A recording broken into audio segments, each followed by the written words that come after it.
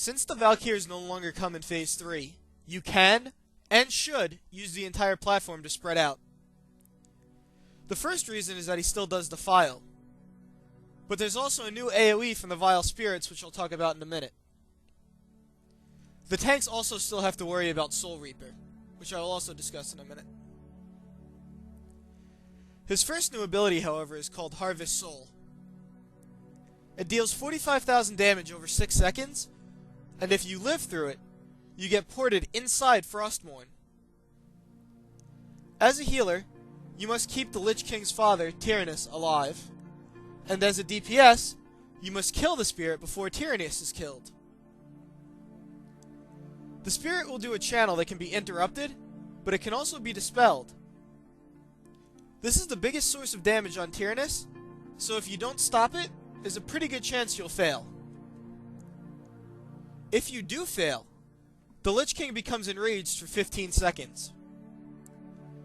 The Soul Reaper will one-shot tanks if that happens, so have cooldowns ready.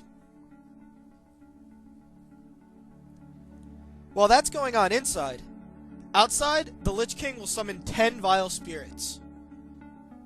They just hover above his head for a few seconds, so just start by AoEing them down. When they become active, since you should be spread out for Defile already, it's pretty easy to identify who they're on, and just start running away from them. If they get near you, they'll blow up and AoE everything within 5 yards. If you still have Raging Spirits up from the previous phase, or from the previous transition, the Vile Spirits still take priority. Once the Vile Spirits are killed, you can go back and clean up the Ragings. This is why I recommended Heroism or Bloodlust on this transition. We decided to play it safe and do a taunt rotation in this phase. As soon as I was topped back up, I would taunt it back, essentially having one tank eat every Soul Reaper. As long as you did decent in Phase 1, this phase is another stay alive phase.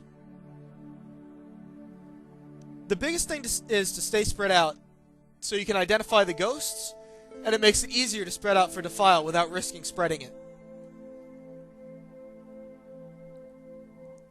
This continues until 10%, when the Lich King will death touch everyone in the room. This is part of the encounter.